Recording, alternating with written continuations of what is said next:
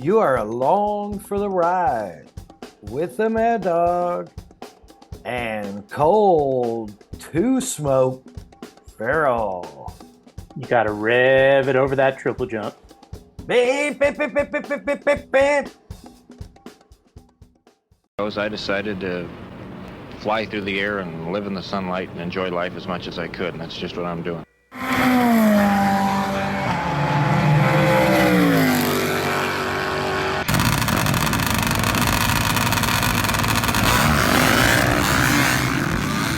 Okay, it's happening. Everybody stay calm. What's the procedure, everyone? What's the procedure? Stay calm. All right, man, here we are. Episode like 10, I think, right? It is episode like 10. Wow. We made it to 10. And we're growing. So thank you everybody that is listening, that's downloading, and that's listening just off of the links provided. Really appreciate it.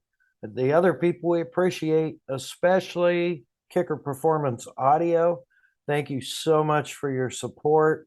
If you need boat, car, truck, subwoofers, off-road, motorcycle, Kicker Performance Audio's got you covered at kicker.com. And Bomber Floating Eyewear. Tommy the Bomber, just a badass dude making badass glasses. I love these things. They fit great, they stick to your head, and they float, which is handy. I was out on the boat today. I wasn't even worried about jumping in the lake with my glasses on.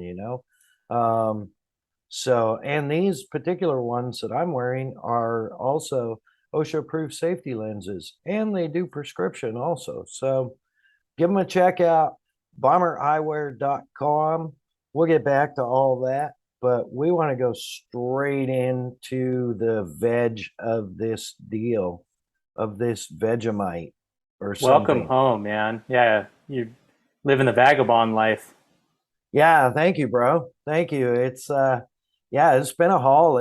The last one actually felt really long, but it was only like, I don't know, 10 or 11 days, 3,200 miles, 3,500 miles. So not like horrible, but it just felt long. And I was trying to figure out why.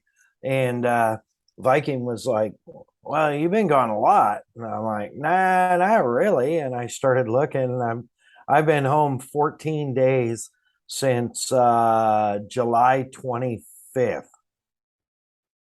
Yeah, that's not a lot. That's not a lot. That is definitely not a lot. So I got home Monday. Um, man, just been going crazy because I've got upcoming next weekend. I got a little bit of time off here, and then upcoming next weekend, we have logo placement. Havasu Classic, Formula One Outboard Championships. Is it really? Yes, I didn't even yeah, know. dude, you should come out. See, not to It, side rail, but what's so fascinating about where you live is there's always something going on and you have no idea. Like, oh even yeah, the last time I was out there in the lake, they had a huge ski race going on. yeah. Like, somewhere out in the California side, I had no clue. Like, but the whole town is always just full of action. So sorry to derail, but Oh I'm yeah, always mind no, blown. Yeah. no. To that point, right now is the World Championship jet ski races There you go. Yeah. all week, and it's huge. They race out of the campground there at Crazy Horse, um, and dude, man, I've been able to hear them, because we're pretty close to the water, so I've been able to hear them. Yeah, racing every day. I go out 6:30 in the morning. You can hear guys out there tuning their machines, so it's pretty awesome. But yeah, you're right. There's a lot of stuff that goes on here, and who would think that the Formula One World Championship, outboard World Championship, would be here in Lake Havasu? Yeah, it's you guys got such a cool town that can accommodate all the fun, but obviously you got smooth water and stuff, and it's not hard to convince people to come out to Havasu. So smart on Right. their part. Yeah, for sure. So yeah, I'm looking forward to that. And we'll have definitely have a recap of that afterwards. Um, so I don't want to get sidetracked on that. We headed out whenever it was, right after Sand Sports, for uh Endurocross, the AMA Pro Endurocross Series, Redmond, Oregon, my old stomping grounds. Um, and round two, I missed round one. I was at Sancho. It was Salt Lake, and I'm bummed because that Maverick Arena in Salt Lake is it's a pretty cool place, and I've made some really good friends there. Um, but of course, Redmond is like, it's cool because I lived in Eastern Oregon there for 23 years, so I know a lot of people up there also. But dude, we rolled out, and the Viking actually road tripped with me. Um, Rolled out on a Wednesday morning early, and man, I don't know. Did I? I don't think we haven't covered this trip, have we? No, because last we I'm spoke was right after Sancho, and then you were Yeah, getting on the road the next day. yeah. I'm a little scrambled. So, um, right up through the alien corridor, Highway 95, straight up, literally straight up, basically off the 40 and 95 to all the way to Reno. So, which is pretty rad. I love that stretch of road, and I've driven it, I think, 8 times a year since 2010, maybe. So, you know, um, it and I have some history. That's the stretch that stranded me with the trailer on the way to Doomfest. Yep, most Um, recently. yes. So, ironically, you'll get a kick out of this. Ironically, as we're road tripping up, we stop at that very same gas station to fill the fill the coffee mugs and empty the bladders and fill the old diesel tank. And so I got the fuel started and was doing my walk around, and I see this dude, and he's wearing all this appropriate gear, packing up a paramotor over Okay. by the Oh, okay. figs. So I'm at that. I think it's the Cowboy Stop or something. It's right across from Area 51 Alien Travel Center. Gotcha. Yep. Okay. So, anyways, nice little place, by the way. Very clean, well kept. Anyway, the wind, it was funny because like 10 minutes earlier, I was just commenting to the Viking on how crazy the wind was because it'd be a tailwind for 10 miles, and then all of a sudden a big swirly gust would just catch the back of the trailer, Wake give you you a up. little, Yeah. yeah, I just give you a little, I mean, the dually handles it pretty well. Yeah. You In its feel it, element. yeah, you feel it, but you don't feel it. You know what I mean? Yeah. And that sounds dumb, but I'm not the most intelligent person. But you feel it, but you're not having to move the steering wheel, and you're not puckered up or anything. It's like, oh yeah, okay, trailer move a little. Um, so, anyways, I'm like, it's pretty windy for a paramotor or for a paramotor ride? And he goes, yes, it is. And he had just packed up his chute and was walking across the parking lot. And I see two other guys there already with their rigs packed up. I'm like, that's cool. Guys obviously got blown out, and so we went in and took care of business and came out. And I was doing my walk around on the truck, just and trailer, just checking everything. And this guy walks up to me and he's like, hey, are you heading north? And I'm like, yeah, I am. And I hadn't looked at him at that point. Uh I huh. think I was down looking like at the inner duals on the back or something. He goes, any chance you could give me a ride up to the BD airport to get my truck? And I turn around and I look at this guy, and I kid you not, looks like he has been in a bar fight, dude. Right Really? across the bridge of his nose is all busted up and bleeding.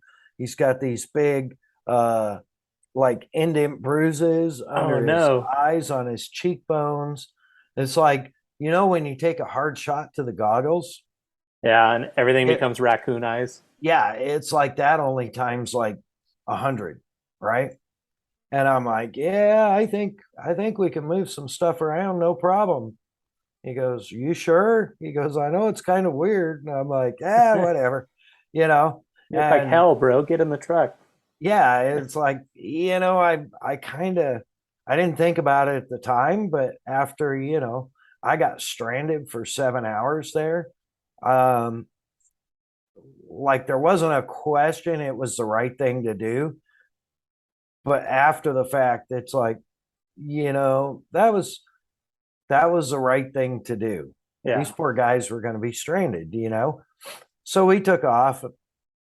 We started talking, and he was on with a group, and they were doing rally, basically daily checkpoint rallies by paramotor, and they had started in like Salt Lake or somewhere. Really Gone, that far? That's yeah, and pretty gone like that's nuts. Okay. all the way over to what is it over there on 395 Bishop? Yes. Yeah, yeah, yeah. It's yeah, Yeah. like going up towards Mammoth. Yep. Yeah, so they got, or Mammoth, somewhere to that area, and then they were coming back down through Beatty, and then further south, through Vegas, and then across, I think, south of Vegas, and back across and up Utah. That's so nuts. I didn't even know people did things like that. Yeah, so it's like some club or whatever, Okay. and what I was like, oh, that's really cool. He goes, yeah. He goes, I don't know if I'm going to be able to continue. Obviously, we got blown out today. And he goes, we were coming into land. He goes, I was already fighting an issue because my exhaust broke about 10 minutes into the air. And it's a big two-stroke. And man, it was so cool too, because I was able to talk tech with him. I'm like, oh, is it fuel injected? Is it carbureted? Oh no, it's carbureted. It uses this flat slide variable needle. I'm like, oh, kind of like Electron. He goes, yeah, exactly It like was Electron. Electron. Yeah, probably. Yeah. Okay. Yeah. So it's like, oh yeah, okay. We were talking back Like, and why don't you forth. just say that, dumbass? Yeah, yeah. So, we're just kind of BSing and stuff. And what happened? Of course, the wind came up and started swirling and whatnot. And so they landed. And as he was landing, he said, just as his feet touched the ground, a swirl gust caught him and just slammed him on his face. Oh no. Yeah. So he was wearing a helmet, with like an aviator helmet with a shield, Okay. a flip down Yeah, shield. yeah. And that's what busted his nose up and cut his face up. It's his face digging in the shield in the ground. Yeah. Yeah. The shield getting slammed into his face. Dude, Damn. so gnarly. I'm like, holy cow. I didn't get a concussion, bro. Yeah, it wouldn't surprise me if he had one, actually. Yeah, maybe he did. And we were talking a little bit. We kind of got stuck in construction, and it was like we somehow he got a phone call from one of his family members, check and see if he was okay. And he's like, yeah, I'm fine. I'll call you when I get to my truck. And I'm like, man, you're lucky. Service out here is really spotty. I said, man, it's so spotty that I know a couple of the media guys that do the desert races out here have switched to Starlink and have had success using Starlink. And he goes, oh, really? Huh? He goes, that's crazy. I'm like, yeah, apparently I know a few people that are using it, quite happy with it. He said, that's good to know. I basically run Starlink. What a trip. I'm like, Oh my gosh. what? Say that again. Yeah. So then we got the rundown. I mean, it was crazy, right? And like it was really neat. It was meant to be for sure. Yeah, We he had, was an angel that fell out of the sky, landed on his face, and ended up in your truck. yeah, Yeah, yeah. It was fell from the crazy. star link. So yeah, it turns out like he's one of the top guys with uh, SpaceX and supervises Starlink. So I got some insight as to what's coming from Starlink, even on some of their newer satellites that will be out soon, and some stuff like that. So it's That's awesome. pretty rad, dude. Uh, yeah, I don't suspect he'll ever hear this, but if David hears it, David, man, it was a real pleasure getting to meet you, and it was really cool. You're a rad dude for sure. And That was glad you're his. okay, David. Glad you're all Yeah, right. I'm glad he's okay. His first vacation in 10 years. I believe it. But Yeah, hell of a way to come down back to terra firma. right. So Yeah, Starlink is cool, man. We're in such an exciting time. Just real quick, just the fact that like Bryce Menzies had it on at Vegas, yeah, Vegas to Reno. How fitting, being off the 95, and then Brandon Walsh used it on his Class 7 truck down at Baja.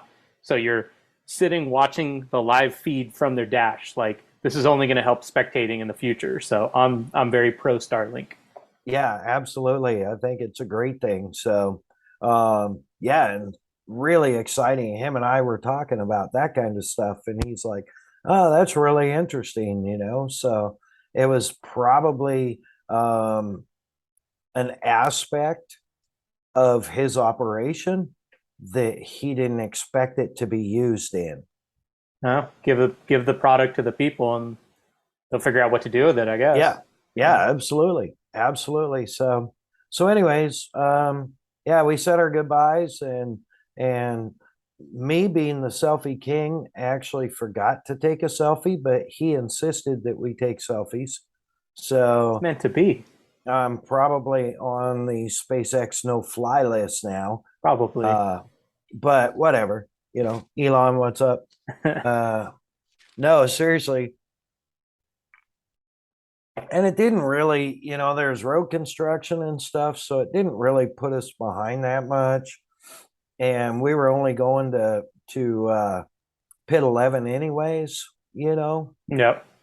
For those of you who don't know, pit 11 is Top Gun on Vegas to Reno traditionally, which is only a few miles out of Naval Air Station Fallon, where they do Top Gun training, I believe, something like that.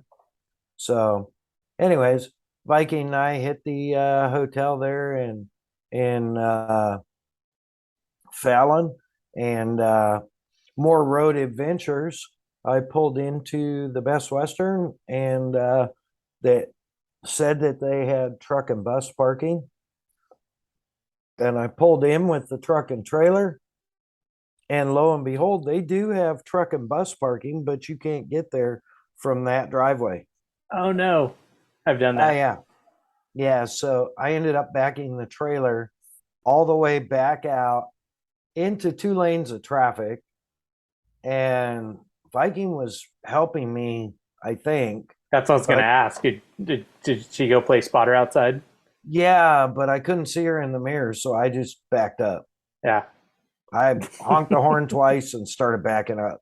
I'm Good like like, everybody else. yeah, I'll get out of your way as quick as I possibly can. I promise. Um, yeah. So, anyways, we got parked, called it night, got up early, got on the road right up through Reno and Honey Lake. Um, Drove by the Honey Lake MX track, which I've never been to. Me neither, but Um, it is beautiful. it's an incredible area, and that MX track is built like literally right at the base of the mountains there. Yeah. And it's a gorgeous area for sure. So yeah, so we ran up there and up 395 directly up to 31, straight up through the they call it, I call it the prehistoric highway. Goes right up a giant old lake bed in the middle of Oregon. They call it, I think, the Oregon Outback, but it's pretty desolate out there. Yeah. Um, you know, and then we were fortunate enough. My parents live in Bend, so we stopped there, had organized, and I had timed it in time to get there and have coffee with them before I had to go to Redmond and drop the trailer off. So it was really cool to hang out with my mom and pop and my brother. Yeah, and we picked up. I've been storing the old Silver Bullet up there, the old '98 Volvo V70 GLT, the predecessor to the T5. That's what I was Or gonna say. I mean, that how exciting yeah, was that to see Silver Bullet? yeah, it's predecessor to the Type R actually. So it's got the factory higher pressure turbo and stuff. Um, so it was cool. It was cool, and she fires up and just runs like a dream. And so we actually picked her up, uh, and Silver Bullet has found a new home, and I'll get to that in a little bit. Um, got to Redmond, man. Dropped the trailer. Got him Friday. Had a good opportunity to spend some time with Cody Webb and Cody. I can't remember his last name. The bike chief for Sherco. Spent some time hanging out in the pro pits. Got the booth all set up, of course, and got to have dinner with my kids Yeah, that's cool. and grandkids Friday night. So that was pretty rad. And then Saturday, Endurocross starts early, man. They start at 9 a.m. Oh, So wow, that is early. yeah, and they do have, the AMA amateur program for Endurocross also. And so you do get some regional people, and then there's a lot of people that actually are following the whole circuit. One being you're my favorite, Mr. David Camo. Yes, sir. Yeah, Holding it down in vet class. yeah, doing exceptional too. I think he actually we'll probably get to that, but I think in Denver he took the W. I think so. Yeah, I think so as well. I saw some photo on Facebook with the trophy, but yeah, we'll get to that. Yeah. So Redmond, wow, crazy track, dude. Okay. Crazy track.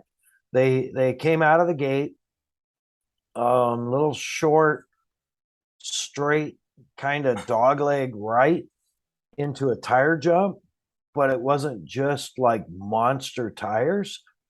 It was monster tires with half size monster tires laid on their sides halfway down the back. There's reasoning to that, but on the start, it was quite the adventure. So they go over that, hang a right through the log pile, through the wood pile, down the kicker staircase, which is basically exactly what it's, a staircase made out of K rails and dirt. Oh, okay. And so they went down that, and then they picked up the regular track, right? So then it's like log jump, giant PVC sewer tube jump in the Oh, corner, okay. um, matrix, Yeah. boom, down the backstretch, gnarly. So matrix out into S turn into a 180 rock garden, two sections out of the rock garden, hard left into the boulder section, out of the boulders, and then you started backwards over what's the first jump from the start? That's so gnarly. They have like a 40-foot finish line table usually, where it's Yeah, a tire jump. That's the only place you can rest on an endurocross course. That's right. it. Like whatever you can bounce the front tire off, you get a breath, and then it's back to chaos. Oh yeah, and they had uh yeah, so the finish jump was on the far side.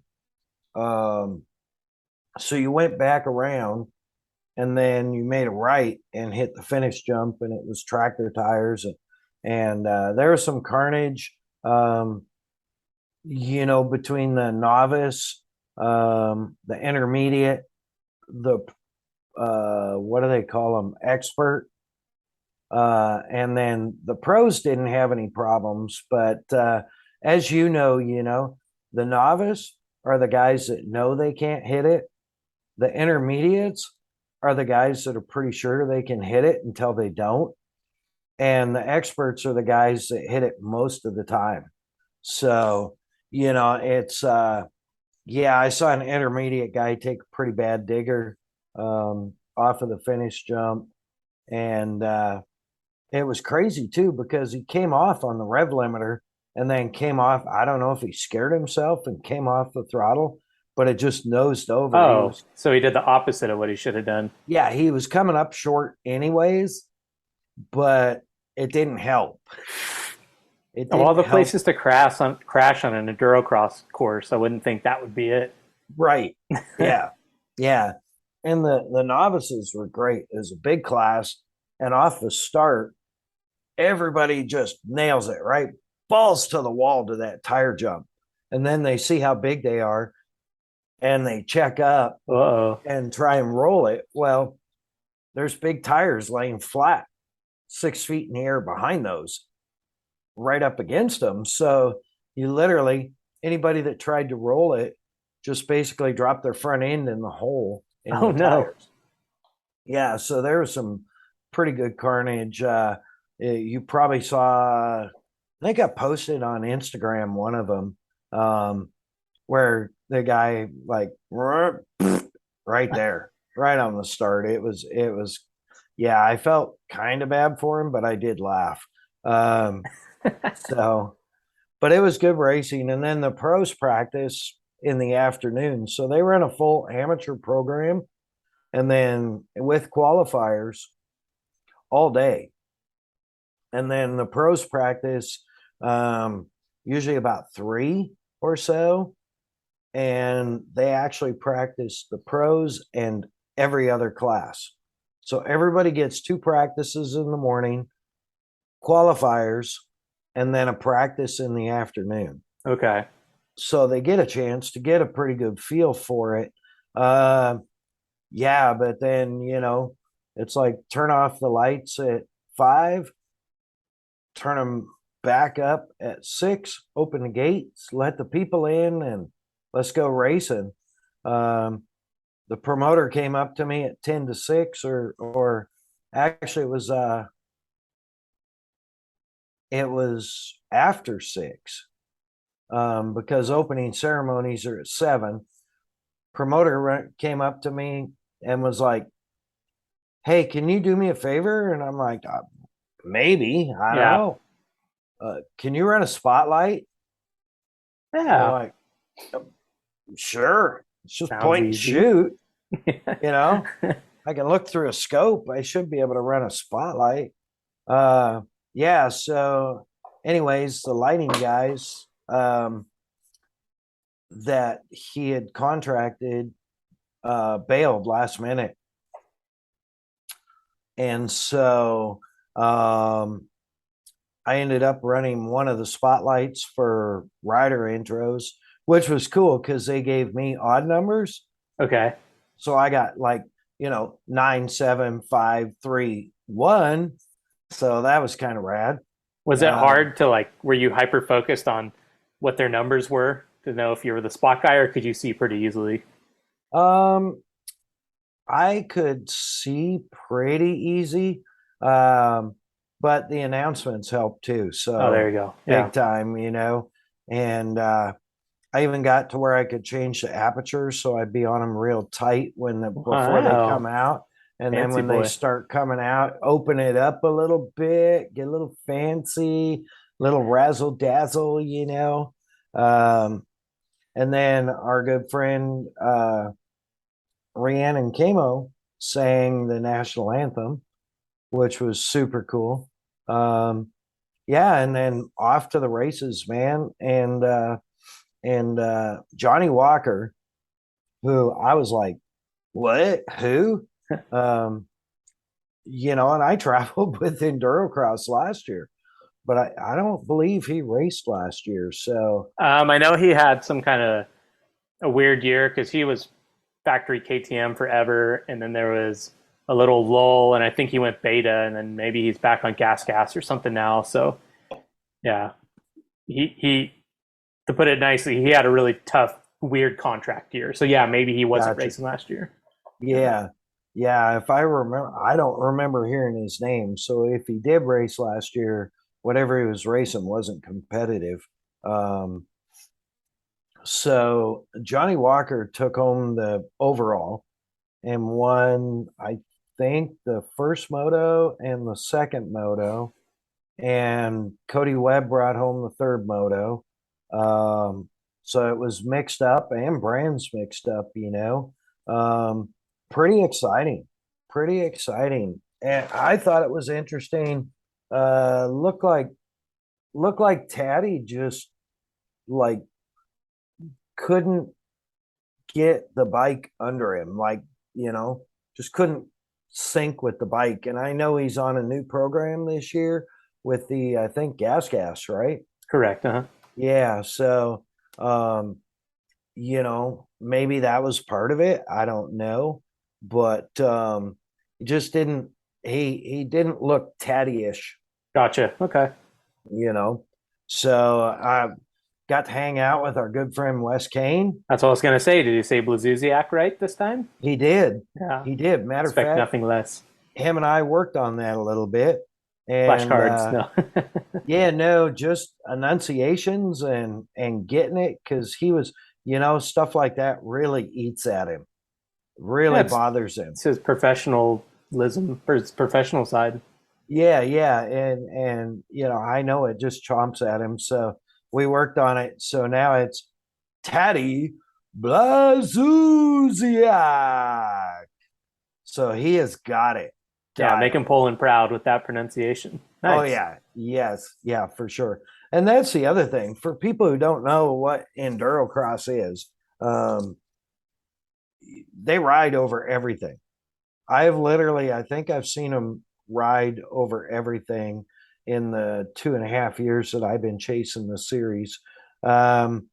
Everything from giant 9 foot tall loader tires to loose split whole like 100 foot long strip sections of piles like 2 cords of split wood. K Yeah, rails. K rails, logs. The matrix is big logs crossways hooked to other logs lengthways at different angles and different depths of dirt in between the logs. It's like the Devil's Whip section. Yeah, only worse. Yeah, wait, yeah. Yeah, and then boulder section, usually big giant boulders. They kind of got to pick their way through. Running water, I've seen that. Yeah, they haven't been using any water yet. But you never know, I Yeah. wouldn't put it past them. And rocks like loose, probably 4-inch crushed rock, in the rock garden and like a whole section and they're just loose, like on top of each other. Just, I don't, these guys are unbelievable athletes. I don't know how they do it. It's the stuff that they do. I could never hope to ever do, even when I rode a lot, Yeah, I got to imagine that their cardio. I would bet money that their cardio is spiking harder than Supercross guys It wouldn't surprise me, because it's honestly. not smooth. It's not rhythm. Obviously, you try to find your rhythm, but it's not. There's no resting at all. Yeah, no, very. If there is, it's small. But it's like, okay, you just made it through. You know, you just made it through the matrix, and now you gotta crank a finish line double. Yeah, You know, just beat yourself up trying to get through all these logs and different depths and and then yeah. Oh, and part of the track, that staircase, the kicker staircase that we were talking about, they go up that after the start when they come down. Then the rest of the race they go up that. oh, okay. So it's like K rail, to step up K rail to step up K rail. Yeah, it's gnarly. It is funny that there's people in the world that like one sign up for this, but two like that's what their expertise is. You know? Right. Yeah. Well, and it's crazy too because when you really look at who's there, um, like Blazusiak, Poland, um, Walker's Great Britain. Walker's Great Britain. I think there's somebody there from can't remember his name. Shame on me. If Wade Young was there, he's South African. Yeah, he was there. There was South Africa. There was Australia. Somebody from Australia. I wonder who it was. And one other country, Canada. and of course the U.S. Yeah. So yeah, I mean, realistically, like the top 10 in points in AMA Pro Endurocross are probably 10 of the top 20 enduro riders in the world Yeah. when you think about that. Yeah, because like even overseas and stuff, those guys will race like enduro GPs and hard enduros all summer. But in the Yeah. winter, when it sucks over there in Europe, they'll do the FIM World. What was it? The FIM World. They can't use the word endurocross, but same thing. So yeah, the Yeah. fact that they have somewhere here in America to race at the same level is badass. Yeah, and it's crazy, and people love it. It's the first time they've ever been to Redmond, Oregon. Fan turnout was good. The fans were super engaged. The racing was great. Like I said, Johnny Walker took the overall, and I'm sure Cooper. I was cheating this because I didn't do a good job of my homework. Um, but I'm sure that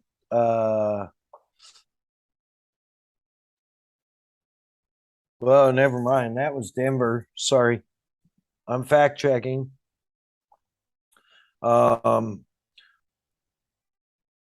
Man, I can't even remember what I was going to say now because I'm distracted by all these cool videos. Cooper Abbott is cool. That's what you were gonna say. Cooper Abbott is cool. Cooper Abbott's a pretty rad dude. And you know what? His dad is like just fantastic guy. Man, I am so blessed to have met Destry and been able to visit with him and become friends with him and just have time to talk and really be one-on-one social. The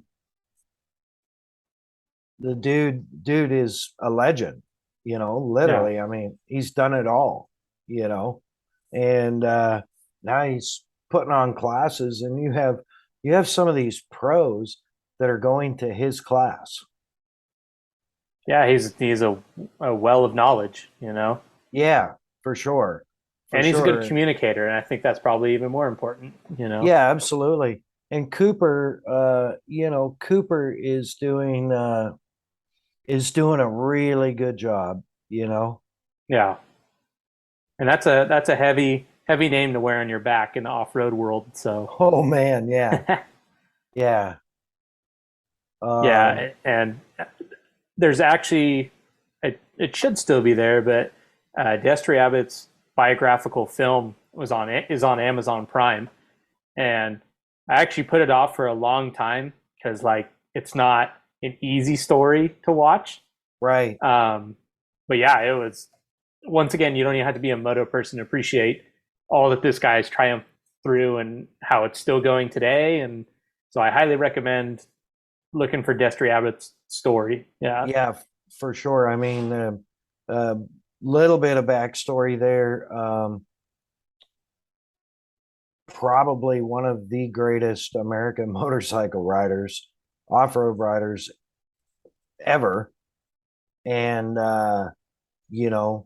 was attacked by cancer and beat it and has been back on a bike and riding, So I know it about tried to kill him, and he wasn't going to let that happen. So, or the good Lord wasn't going to let that happen, whatever the case may be. But I'm sure glad it didn't, because I got the opportunity to meet him, and I certainly would call him friend. Um, you know, I remember sharing with him after your accident, and he was very concerned. And then talking to him, uh, you know, we had some sit down. Unfortunately, in Redmond, we didn't really have any sit down time, but we had some sit down time, just sit down, chill, hang out in Denver. And he actually asked how you were doing Oh and man, that makes me whatnot. blush. And I thought that was, pretty stand up. And the fact that he remembered, and he cares. He's a good human being on top Yeah, of everything else. And so that's I got crazy. That's I got to yeah. get him on here one day. I'm pretty sure he'd do it. So Oh man, yeah, that would be. It was hard enough getting through West Kane with not being starstruck. If you get Destry Abbott, Dusty Rabbit on here, I don't know what I'm gonna do. yeah, well, I think he would. I told him I was doing it, and you were my producer and whatnot, and he's like, and co-host, and he's like, oh, that's really rad. Ah, that's I, cool. Thank you, I Destry. said, we gotta get you on there, and he was kind of like, yeah, yeah. So I know he's kind of busy, but I'm gonna I'm gonna nail him down in Prescott coming Perfect. up. I'm gonna get a date. Yes, yes. So anyway, yeah, man, racing was good. The pros were insane. That Redmond track was just gnarly. You can check it out at on Instagram at Endurocross. I think that's all it is. Even is it Yeah, maybe Endurocross Enduro underscore. underscore cross? Oh, I knew that's close. Damn. Yeah, yeah, good call. Good call. So yeah, they ended up Ryder LeBlond. Ryder LeBlond is the took the what did he take? Third overall in Redmond on the overall. And I'll actually have to finished do some second. investigation. I feel like a bad producer not knowing too much about Mr. Ryder. Yeah, I honestly don't know anything about him. I know Cody Webb won three. Um, and it's kind of weird because Cody's kind of like, I saw him in Denver last year and we hung out, or this year at Arena Cross. Um, and I got to hang out with him a little bit, and his hair was kind of growed out, and now he's like all clean cut and everything. It was kind of Back to weird to me. business. Yeah. Yeah, I'm like, whoa. But yeah, he actually raced Arena Cross in He did. Denver. Yeah, yeah, yeah. It was cool. And it was super rad because I was doing the activation there for Team Kicker, and Mia Chapman, who's a longtime kicker athlete, and a Red Bull athlete came to just kind of hang out with me and whatnot, and do some TV stuff for us. And so I was able to introduce her to Cody. And somewhere I have a picture of, me, her, and Cody, and someone else. Can't remember who, but me, her, and Cody, anyways, in the kicker booth during Arena Cross. So that was pretty cool back in That is January. cool. So yeah, and I honestly I don't have anything on LeBlanc, so I really just don't know. But Haker did not have a great night, which I know would be incredibly frustrating for him. So Redmond was really exciting, good time, and we packed everything up. It was awesome to be able to see, family, whole bunch of friends came out. The promoter, Todd and Adam, were kind enough to get me reserved tickets for my pops and my brother and my nephew. Very cool. Yeah, that was super rad because my pops has never been to see what I do. Really? Yeah. Oh, So man. not since I started doing this in 08, I guess. He's never been to an event that I'm doing the setup and all that stuff at. How So cool. that was cool. And it's always cool when the big bro goes, because it's like, see, I do have a real job. You might not believe me, but Right. So yeah, no, it was cool. It was awesome to have Viking with me, spare set of hands.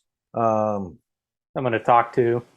Yeah, big help, big help. And packing up, huge help, because we packed everything down and out and secured in the trailer Saturday night. So Wow. yeah, I think I left the hotel at 8:30, 8:15 Saturday morning, and we got back to the hotel at 11:52 Saturday night. Jeez. Yeah. Can you And get then a we had, discount for not using the room? My right, goodness. we should.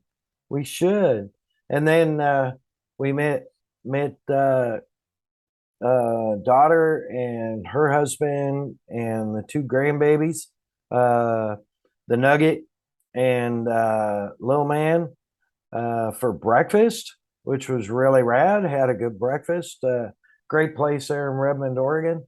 Ran out, had coffee, late morning, early morning, late morning coffee with my parents. And then we loaded up and headed straight over to Boise to see my daughter over there and her boyfriend. And that brings me back. Viking Chase was basically my bandit, with the silver bullet. And then the silver bullet got handed off to my daughter's boyfriend and my daughter. So I know that they can definitely put it to good use and need it over there. It's a great work truck for a Volvo station wagon. And so I know it'll be super handy for them. So And it keeping in the stayed there. family. That's really Yeah, nice. for sure. It was the grinder before the grinder existed. That is the truth. I've got a lot of miles, a lot of travel, a lot of event miles in that car. Yeah. Um, I remember sitting in the tire shop in Stanton, knowing that you're in town. And it was like, just hear that turbo spool, and then the e-brake comes screeching, and I thought you were going to come through the front window. That was like, that is like my memory of that car. Like, hit the deck. Lorin's Yeah. in town. coming in hot. Hey, not everybody can be Bryce Menzies or Blake Wilkie, but some of us can try once in a while, you know. So Anyone can do it in a high performance vehicle. To do it in an elite vehicle like the Silver Bullet takes a special skill. that car did great e-brake turns. As you remember, I think we did a couple. I've been in one of them. Yeah, had a great Yeah. time. Yeah. Yeah. That car was super controllable. I don't know why I got rid of it. Why did I hand it off? God dang it. Oh well. Let's go Anyway, get it. We'll leave tonight. No. yeah. So we were able to hang out in Boise a little bit. I flew the Striking Viking home, and I loaded up and headed for Denver, for Endurocross round 3 in Denver at the National Western Complex, which is a huge, it's not huge, but it's big, indoor rodeo ground. Yeah, and old, very, very, very, Really? very, Okay. very, very, very, very, very, very old. Yeah. Is it actually But in Denver? Or is it outside the city? no, it's actually in Denver. Oh, okay. Yeah. So it's in an interesting area of Denver. Lock the door. Yeah. Yeah. Yeah, pretty much. But the people there at the arena have always been super nice. I've got to do events with them multiple times. So even like the lady that runs, I guess it would probably be custodial area department, runs up and gives me a hug. Oh, no So way. How cool. yeah, so it's really, really awesome. Um, got to Denver, that trip through Wyoming uh, is not too bad.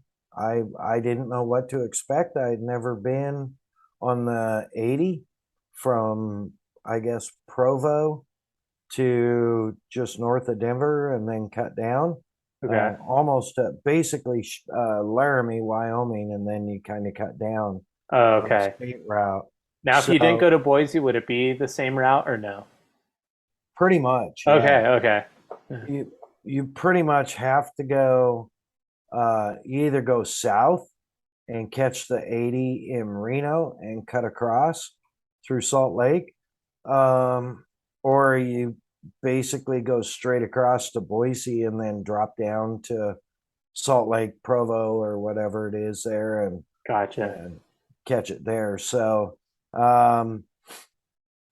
yeah, it was pretty nice drive, and didn't have any problems with the grinder or the trailer. Got to Reno, was able to have been working with Team Sherco and Team Sherco USA, and Kicker Performance Audio to kind of put a deal together there, and was able to provide them with the new Kicker 10 speaker 300-watt soundbar, Oh, wow. that they are mounting on the outside of their race hauler, where they have a full pit, enclosed pit, and a big screen TV that hangs on it. And they're actually using they were so excited to get it that they hadn't even loaded inside, because the pros get to pit inside in Denver. Uh-huh. The day before they could even load in, they had it hooked. They had the kicker power bar hooked to a motorcycle battery playing tunes while they were Sweet. working on the bikes outside. So, that was pretty rad. So, That is cool. I like stuff like that. yeah, I like to facilitate stuff like that, and it gets a lot of exposure. Yeah. They're going to build it to the TV mount that mounts to the side of the semi, if you will, except for it's a F450 and a like 40-foot gooseneck. But it basically sets up like a semi, and they have a big screen they hook on the side so that they live stream all the coverage and all that stuff. Oh, So cool. yeah, it's going to go to good use, and I know those guys were super stoked to be able to like Bluetooth their phones and listen to music. So it's just it's good to help people, you know. Yeah, Um, absolutely. so yeah, man, just Denver. It was good crowd. Again, the same old. You set up Friday, um, work with get to visit with the TV crew a little bit, and with the promoter a little bit, and some of the athletes, and get all your stuff set up, and then Saturday morning, man, it's like yeah, I think I left the hotel at I think it was about 7:50 in the morning because it was a little bit further to the donut shop. So, uh, for those of you that don't know, with this particular promoter, every race day, I show up with donuts for them and their crew. Um, it's just, it's just one of those things. It's my way of saying I really appreciate all the hard work you guys do for Kicker and for me, and how you guys always help me. So That's really cool. I didn't know you did that either. yeah, I've done it. It's like my third year now. Um, so if I don't go to one of the events, I swear they all have withdrawals. You know, Hey, leave um, them wanting more. exactly, exactly. That's the other reason I was bummed I missed round one in Salt Lake, because there's this awesome little donut shop like 2 blocks from Maverick Center. But Oh, I found this place in Denver. It's about 2.5 miles from the hotel I stay in, and about 3.5 miles from the arena. And great little place, Sugar Rush Donuts, I think it's called, and that's killer cool. blueberry donuts, really nice people. Yeah, so I got hooked up there, got to the arena, um, and then there they go, amateur programs getting going. Um, Sorry, thought I was gonna sneeze or yawn or something. Whoa, There's no worse feeling than being denied a sneeze. I hate it. right? Let me have it. Yeah, no kidding. Um, so anyways, yeah, great racing in Denver. Taddy was back, to say the least. Good. Uh, Maybe the higher yeah, elevation, something. I don't know. maybe it might have just been something. Oh, something I forgot on the oh, what the heck, in Redmond. One of the I don't think it was a pro, um, but one of the racers literally busted the frame at the swing arm bolt. Oh, that sucks so bad, Yeah, dude. yeah, busted the frame. And there's like 3 people hurrying this bike off a track, and the whole back tire and swing arm and everything's just hanging there like a broken dog leg. Was it a was it a 3-letter brand? Because normally they're the frame breakers. Now that you mention it, I believe it was orange. Oh, okay. Hey, I So want one. I'm just saying. I'm just saying. yeah, There's just a no. history. Well, you're not going to ride Endurocross, so are you? Not this year. Right. So, you know, um, That's but nuts. but yeah, the guys that weren't riding good in Redmond, and I don't know if it was altitude, because Redmond's like 3,000 feet. Oh, all right. Well, yeah, You okay. know, I didn't even so know that. Yeah. yeah, I don't know. It was kind of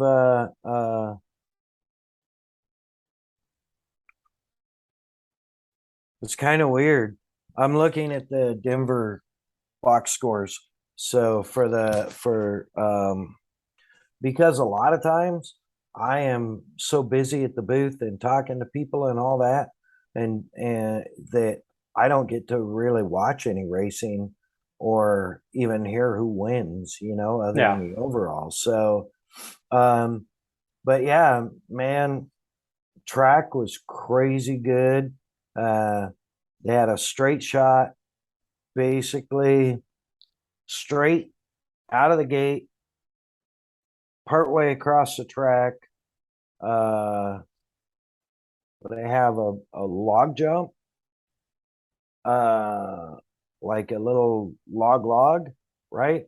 And then into just like 3 foot piles of loose dirt randomly everywhere.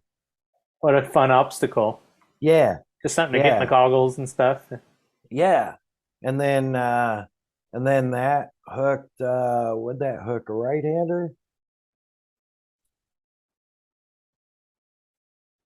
I'm trying to remember the track layout. It's kind of hard But going back to back weeks like that. yeah, well, your brain gets foggy, so it's like but nonetheless, man, the racing was good.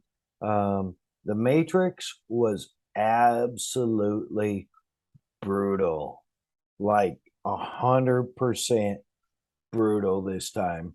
Um, even Blazusiak, I think it was Blazusiak, might have been Haker, but I think it was Blazusiak that went down in the pros. They do a basically a hot lap Oh, for their qualifying. for qualifying. Yeah. Super pole. Yeah. Yeah, exactly. Super Bowl setup. Yeah.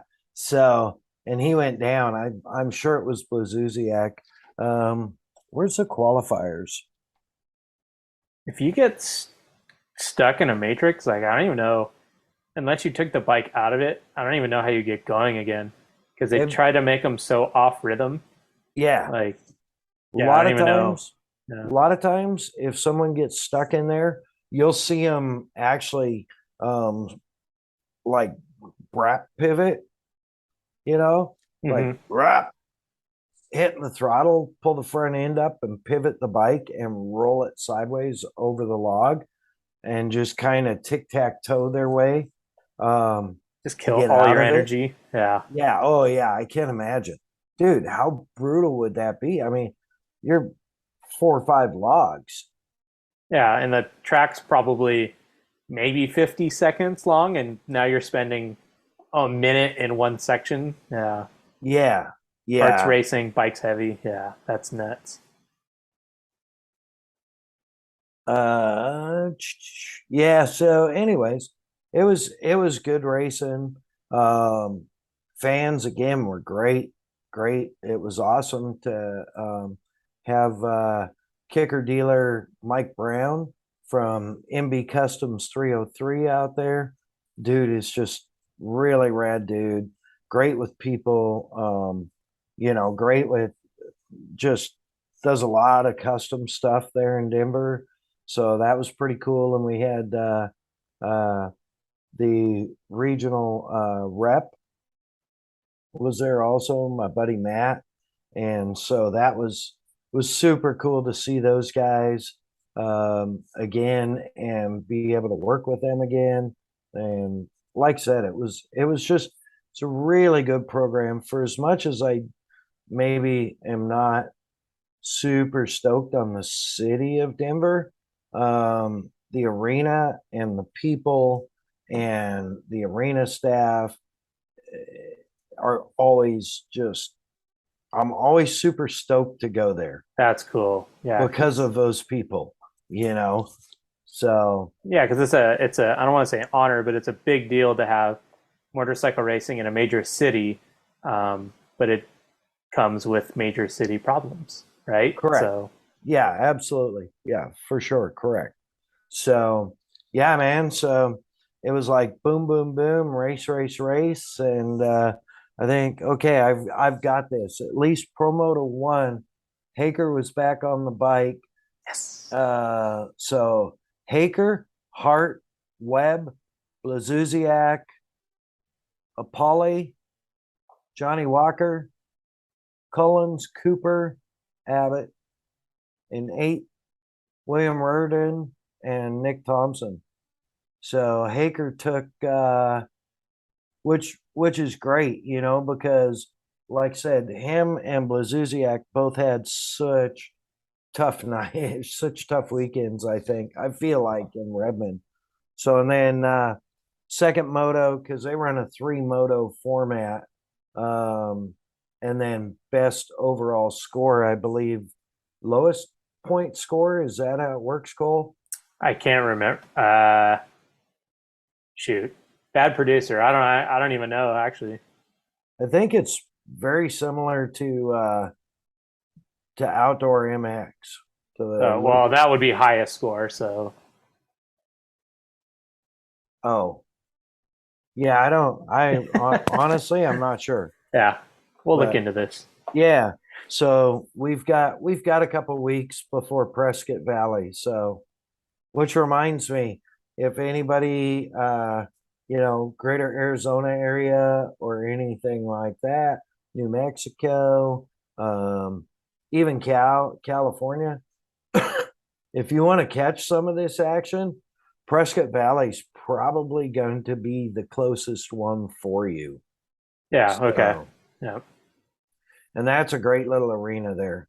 That's a lot of fun. It's just a cool town too. Yeah, definitely a cool town. So, Promoto 2 Denver, Blazusiak, Webb, Hart, Cooper Abbott. Is that a Polly? Yeah, Tim Apolli, Ty Collins, Spencer Wilson, Johnny Walker in 8th, and Reardon in 10th. So competitive racing. Yeah, definitely competitive. And then I'm gonna jump ahead to where's 3? It's kind of like the game Boggle. You take the top 10 and you shake it up, and that's your score. Yeah, it's cool that it's not a runaway. It's not one guy cleaning house. Keeps the scoring interesting. So Hart took the overall. Blazusiak finished 2nd. Webb finished 3rd. On Moto 3? No, overall. Oh, I'm sorry. Okay. Yeah. So I'm missing Moto 3. There it is. So Hart, Blazusiak, Walker, Cooper Abbott in 4th. Making moves. Nice. Apolli, Colton Haker back in 7. Nick Thompson, Matt Gersten, and William Reardon. And then the overall was Hart, Blazusiak, Webb, Johnny Walker, Cooper Abbott, 5th overall, Apolli 6th, Colton Haker 7th, Ty Collins 8, Reardon 9, and Nick Thompson 10. So congrats to Hart. That's cool. Yeah. Nice kid. It's a good ride for sure. And really all these guys are like pretty cool guys, Yeah, nobody sucks. I should be patting it with that. Yeah, it's like, some guy, let's just say some guys are more approachable than others. For sure. Yeah. So, but it's a fun series to work with because that's good. Yeah, every track is different. The riders are cool. The teams are super cool, and I mean, really, you have Factory Sherco. Let me see, Factory Sherco, Factory KTM, Factory Gas, Factory Husqvarna, and Factory Is Beta with Kirsten? Beta, yes. 5 factory back teams, in this like Kicker AMA Pro Endurocross. I mean, it's pretty rad Yeah, when and they you have think about it. headlights. Yes, yeah, I and like that. it's interesting that there's a mix. Even with the pros, there's a mix of what they're riding, like whether they're riding 2 strokes or 4 strokes. Yeah, 254 strokes, 254 strokes, 302 strokes, all sorts of stuff. Yeah. Yeah, I think it's a really really interesting dynamic, because you get a little of everything, right? So it's pretty cool. um so yeah, man, we capped Denver and got her wrapped in really good time. I actually got back to the hotel about 11:40 that night. Okay. So it was good, and got up and went back to the arena, hooked the trailer, and I think I was on the road by 7:05, westbound and down. And I had never driven the 70 out of Denver to, where did I have to drive it to? Oh, the 15, basically just outside of Beaver, Utah. Oh, got it. Okay. Yeah. I was like, how do you? Okay, that makes sense. Yep. Yeah. So I'd never driven that, and that was quite the experience. There's a lot of freaking mountain passes. That's what I was gonna say. Quite a bit of twisties, huh? Yeah, and you know, mountain pass 7,000, mountain pass 8,000, mountain pass 9,000, mountain pass 11,000. Eisenhower Tunnel, which is really cool. That was sweet. That Um, video you sent. Yeah. yeah, dude. So it was weird too because like every pass I hit, it's raining. It's not raining anywhere else, just when I got up to the top. How weird. It just ticked me off, man. I was not a happy person. Especially at 11,000 feet, 33 degrees. It's raining. Um, and I'm just praying that you know I'm praying that there's sunshine around the corner, because I'm like, oh, and it's morning, so it's not like the asphalt's been cooking in the sun. Oh yeah. Okay. So like the danger of black ice or snow or you It's know, prevalent. yeah, up by Eisenhower Tunnel, I think you're like 11,100 and something feet. And Jeez. the snow line is literally 4 feet above the edge of the road. I mean, luckily it's not winter, but it's still not fun. Yeah, I mean, it's snow though. 2-wheel drive truck, big At least it's trailer. a dually. At least it's a dually. Yeah, that makes it worse, I'm sure. I'm not gonna find out. But yeah, I was pretty stressed, man. Yeah. But you go through this big long tunnel, you come out, went in, and it's all gray and dark and everything, and you must go right underneath the peak of a mountain, because you come out the other side and it was sunny. Cooler than going the other way. That'd be depressing. That would suck. Yeah. Yeah. But then it didn't stay sunny long. So, Oh, back to rain. And by the way, if you are driving a truck and trailer on the 70 westbound out of Denver, I do not recommend you make an attempt to stop in Vale for fuel, because uh, nothing close to the highway is very truck and trailer friendly, even if it says they have diesel. that sucks. But I made it, didn't scrape anything up, didn't rip any pumps down. So, yeah. And then just booked it, man, through hit Utah. Yeah, I got through Grand Junction, Colorado. You kind of come out of the mountains down into this like plateau, and you're just in it forever. And then you start kind of climbing up through all the mountains and whatnot in Utah. Drove through some really gnarly hailstorms. Oh, that sucks. Of course, right at the high altitude Yeah, right. summits, right? But yeah, that really takes it out of you.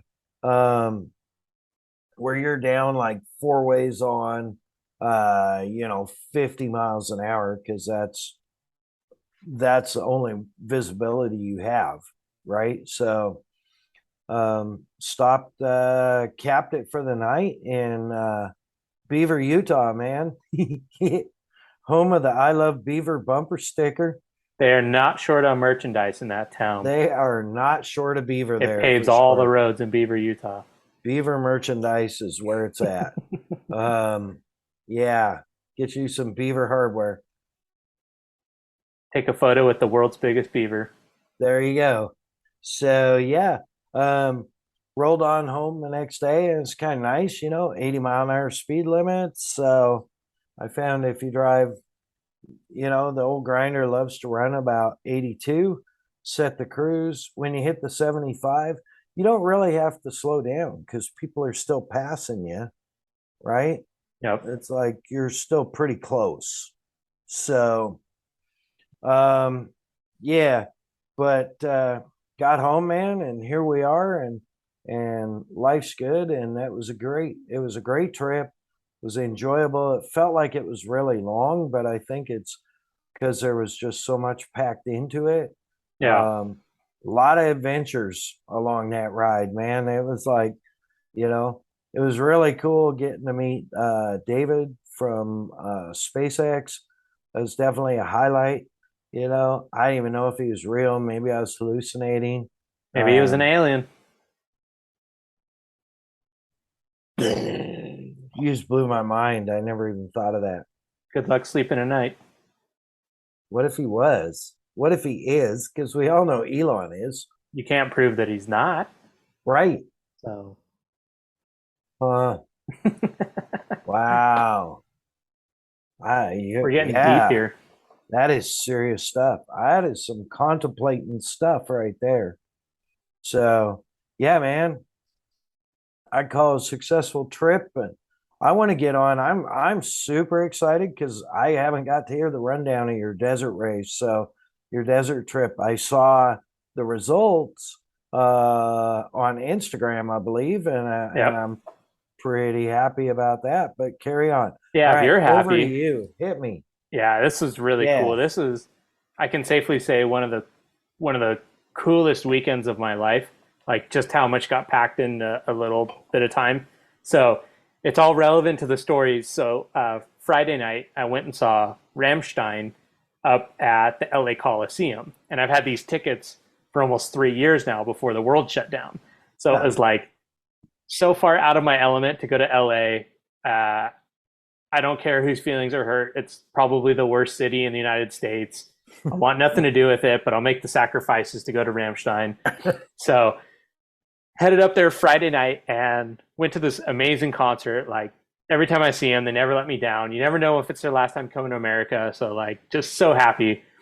So did that, got home in the middle of the night on Friday night, Saturday morning, right? And so slept, did some house chores. Well, then it was time for Speedway, where we're box ticket holders there, and it was the sidecar national championship, and those guys went so hard. It was, even in the heat races, I couldn't believe how much they never shut it off, but those guys were dicing so hard. At one point, the shoeing guy was in third. The front two guys, one guy goes up against the wall, one comes towards the middle of the island, and third place shoots right. They went 3 wide at the bull ring at Costa Mesa on sidecars. Wow. And then second place wasn't happy about that. So he comes in the corner and wham, and smacks the monkey, and now first place. And it's like, ooh, that's going to be a fight in the pits, man. Oh, yeah. So it was just crazy. I mean, always the Speedway is really good, but like the sidecar racing was just unbelievable. It was like strangers were in the beer lines being like, did you see, like, I can't believe what I saw. I've been coming to Costa Mesa all my life. I can't believe what we just saw go down.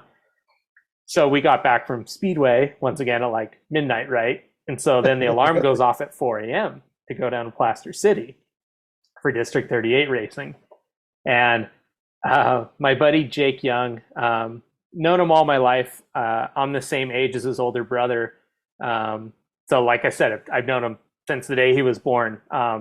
Really, really good motorcycle rider, very good desert rider.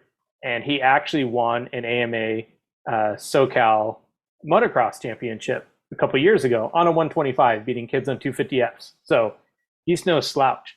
Right. But he's so humble. He's like, oh, it's my first race. I'm like, dude, you literally have an AMA #1 plate, like, in your house. Like, I don't want to hear about how this is your first race. And like, yeah, you can be nervous all you want, but like, don't tell me like, oh, I don't know, what it's going to be. Like, we're fine. I got you, dude. So he had interest in going desert racing. And I'm like, cool, we're in. Let's go. So they call this the Rattlesnake Chase down in Plaster City. And it's nice. A race that I've actually done before. Fun name, but what's cool about it is it's like a 1 hour moto, but it's like a 12-mile loop. So it's, if you've never done desert racing, it's very like entry level friendly if you've ever thought about doing it, because it's not a very long time. You don't have to refuel. It's only an hour, but it's a really, really cool little setup. So anyway, we unload the bike. It's 9 o'clock in the morning, and Jake says, yeah, it wasn't running too good at my house, but I think down here at sea level it'll be a little better. And I didn't really let it warm up. And like, okay, yeah. I'm like, yeah, I know, like, you don't want to piss off the neighbors, so you don't let the bike run a long time, right? So I'm like, yeah, it's got a lot of air down here. We're almost below sea level. The thing will probably run badass. So the problem is he's on a WR carbureted 250, a Yamaha WR 250, and they come so plugged up out of the factory because they want to pass all the emission stuff. And it's actually not a hard bike to get street legal. So it basically comes with a damn lawnmower motor in it.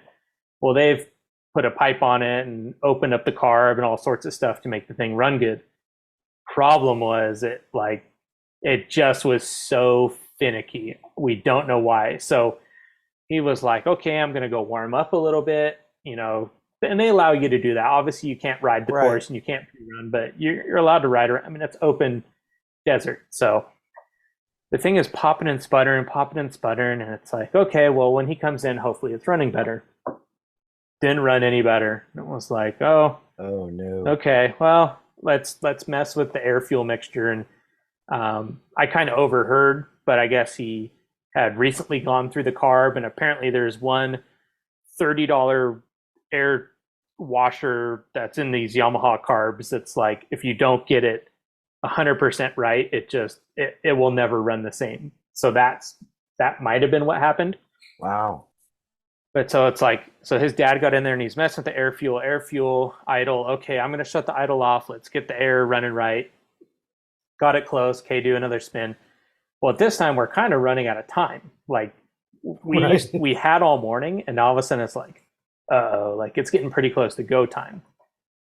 So this is going to sound bad because it is bad, but it worked out in our favor. So they let everybody, just like a normal desert race, practice the first mile or two on the bomb, because they don't want people going 80 miles an hour in the dust, sight unseen, not knowing what's out there.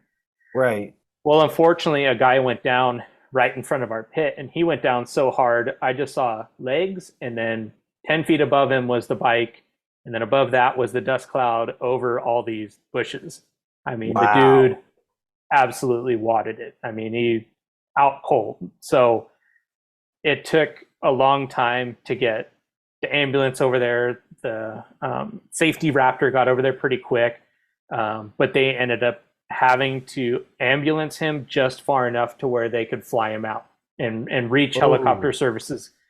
Got him out. I haven't heard anything, but I haven't heard anything bad. So prayers for him and his family. For sure. That being said, it delayed the race like almost a half hour. So it gave us just a little bit more time to tinker with stuff. And so he was doing this bomb run. So the bike's running horribly. And then he comes in and it's like, okay, well, now the front brake's locked up. It's like, okay. So we're able to crack the bleeder and we got the thing bled. And that was fine. But it was like, but we still have the problem. The bike runs horribly, you know? And now, oh, we got this front brake issue fixed. Okay, whatever. So now it's time to line up.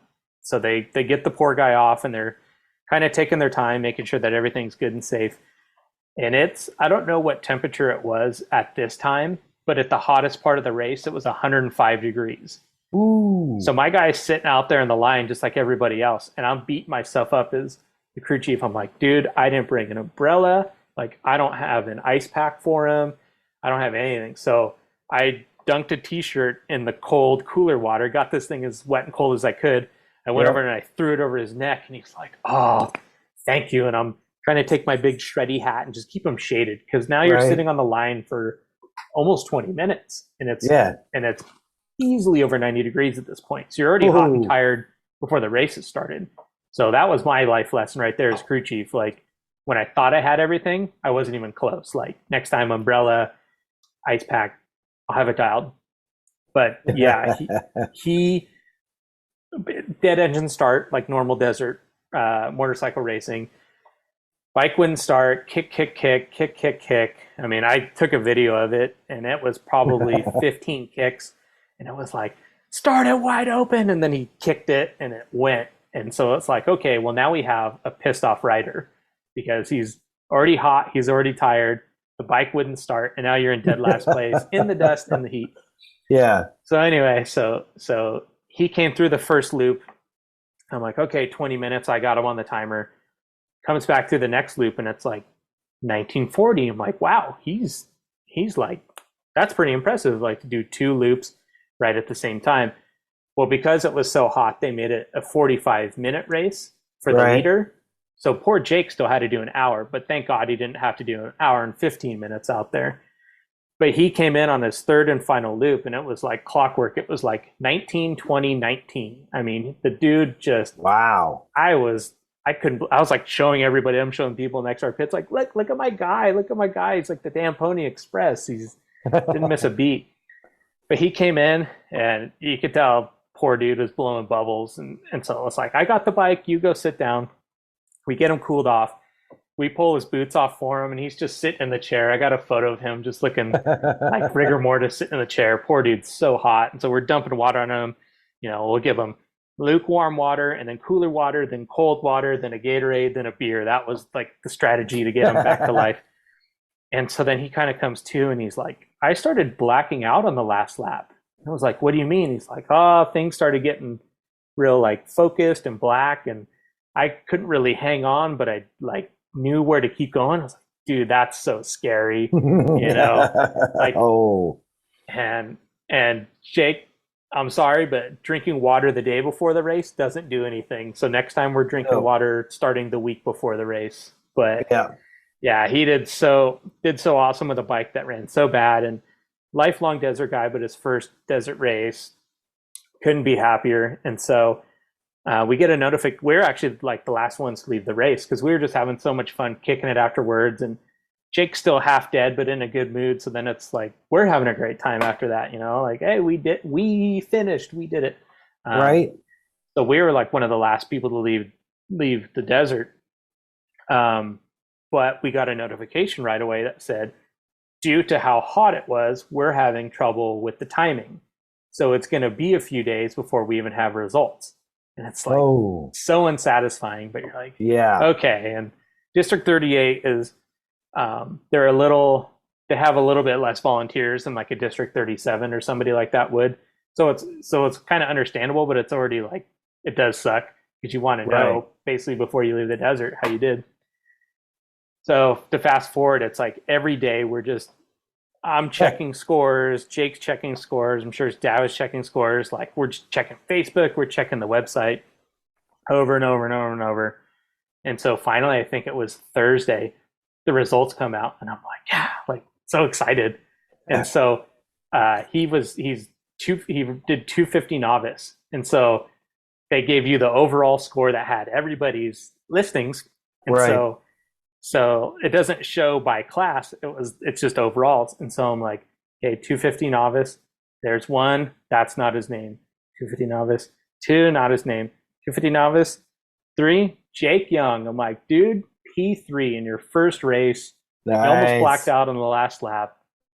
Like, I sent it to my dad and I sent it to Jake as fast as I could. And I'm like, P3, we got P3.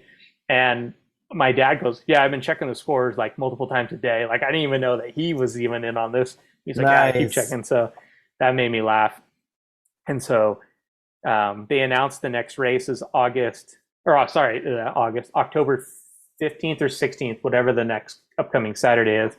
And it's a 100-mile race. And Jake's already, dude, can we do it? I want to go. Will you pit for me?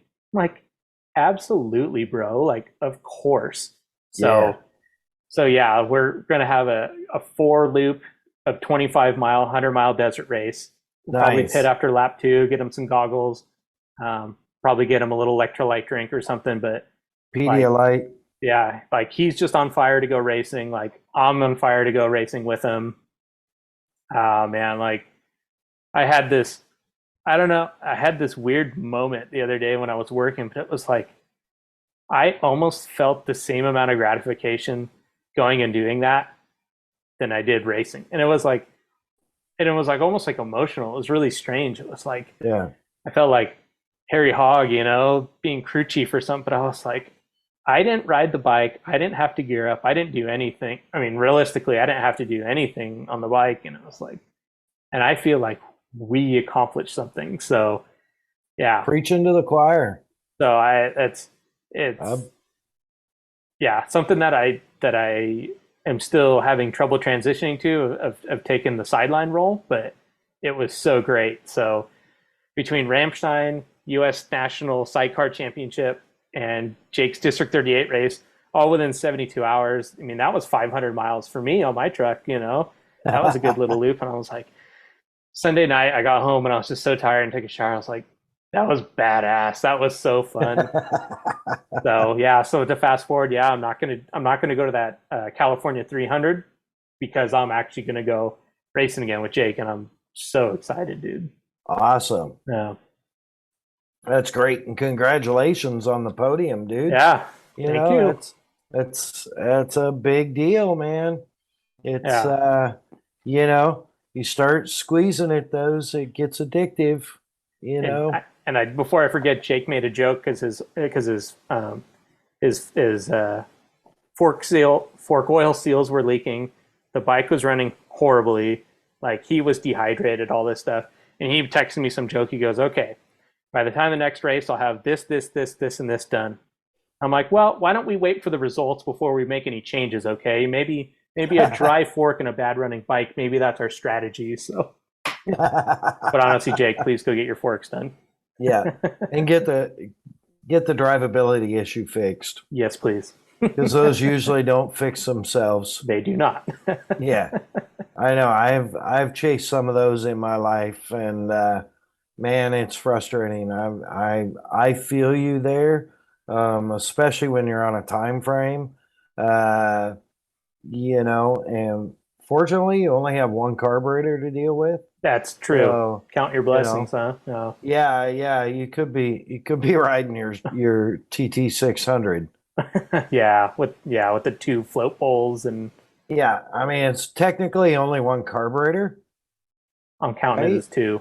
It is 1, but it's a nightmare. Yeah. But it's enough that I don't even want to work on. I told you I would though. I told you reluctantly I would. You would. Yeah. Yeah, I said I would, but I don't want to. But you will. But I will for sure, 100%. So, dude, that's so exciting! What a busy weekend, and me and my soft spot for anything sidecar. Speedway, whatever. Dude, those guys, for people who Google Speedway sidecar and watch some YouTube because you don't get it. I guarantee you, if you have not seen it, you don't get it. Because it doesn't make sense. That's why you wouldn't get it. Right. No, and not just that, but those guys, I think our last time I went to a speedway sidecar race was with you actually Yep, yep. in Costa Mesa. Um, Probably 18, maybe Yeah, yeah, yep. somewhere around there. And I remember the one guy. There was a guy with I think it was Cowie, like KZ 1000 or something, or 1000 cc four cylinder on nitrous. Yeah, that's their new thing. Come out of the corner and hit the fun button. Yeah, and I'm like, wow, like why? Not why, but why? You Yeah, know, on an it's eighth like, mile track.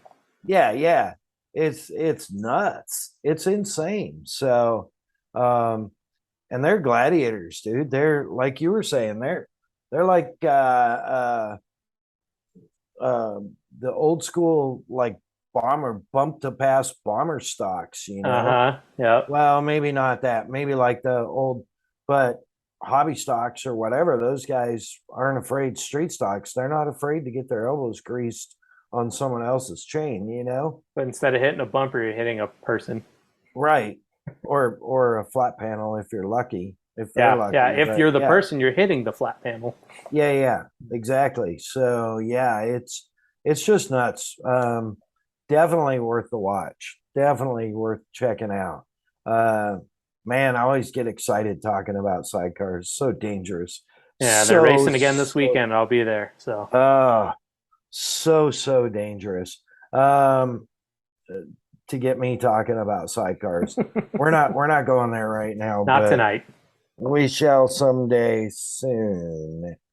Um, so yeah, other than that, I don't really have much else. You know, all my junk held together the whole trip. So I'm grateful and thanks again to Jeremy and the gang at Trailers Direct to Springfield, Illinois. Um, you know, he sent me a video last weekend. He was at the NHRA drags out there. Oh, Uh, cool. Right on, Jeremy. so it was really cool. Yeah, and you know, I'm thankful to a lot of all those people that help us out, like even on the day-to-day stuff. Pro Eagle Jacks, Yeah. man. There's so many times. Thank you, Chuck. There's so many times that I've used that jack. It's just been a lifesaver, man. You know, it's just awesome. So, yeah. And other than that, our regular partners, Kicker Performance Audio, kicker.com, get living loud, whatever you need, man. Whether it's Bluetooth headphones, noise canceling Bluetooth headphones, all the way to 15-inch subwoofers and gigantic ass amps for your truck or car. Get that sucker booming and a bouncing. You get a little boom boom into zoom zoom. You Kept me know, entertained all the way to the desert and back. Thank you, yeah, Kicker. it works. It works. So I love my setup, and the only thing is I'm getting used to it, and so I'm like, well, maybe I need a little more. But first things first, got to get my boat done. So that's a whole nother episode. Kicker Marine. Yeah. Kicker Speaking of Marine Marine, audio. yeah. Yes. Bomber eyewear. Bomber floating eyewear. Yes. These guys are badass. Glasses I'm wearing, the Mana series boogie bombs, and these are the OSHA approved polarized safety lens. Man, I wear these things when I'm like on the race surface. I wear these just to keep chunks of dirt out of my eyes, you know. Um, they're great. They float. Got this special foam that he developed that as it gets wet. So if you're a sweater, not a sweater like wear a sweater, but a sweater like you profusely sweat, um, they will actually not slip off your head because the foam, when it gets wet, grips better, much like a surfboard. If you had a really giant pair of these, you could probably surf them, but that's a whole nother topic. We'll, So we'll ask Tommy someday. yeah, I think I should. I'm hoping to catch up with at least Jason, maybe Tommy this weekend at the U.S. Jet Ski or the World Championships, Jet Ski World Championships. There's a couple of miles from us here, so hopefully I'll get over there. And yeah, bombereyewear.com, kicker.com, look them up, give them a like, give them a love, give them a hug. Thank you, thank you, thank you to the man, Cole. Thank to you. Smoke Thanks for letting me tell my war story of desert racing. Dude, so exciting. That's what I told you off the get-go. I want you to be the producer, but also we're going to be partners in this, and you're going to be my co-host. And so, it's not really much different than handing you the mic and having you ace that. So I'm forever grateful for all those that listen, struggle bus through, or enjoy it. Give us a comment sometime. Give us a follow on your favorite streaming service. You can go to Spotify, Buzzsprout, Spotify, Apple Buzzsprout, iTunes, Apple iTunes, Droid Store. We're on a lot. what's the other one that everybody music source that everybody listens to? Are we on that one? Yep. Can't remember what it is now. Can guarantee you we're on it. Okay. That's good. Well, I think we got a wrap. Hopefully we didn't bore you guys too much. The road was good to me this time. So we got I'm gonna take a couple days off. I'm gonna run As to you should. Scottsdale Monday to celebrate my triplet's birthday. Oh, cool. Tuesday. Nice. Yeah. And then I'm back at it, back on the game Thursday for the Havasu Classic Formula One Outboard Championships.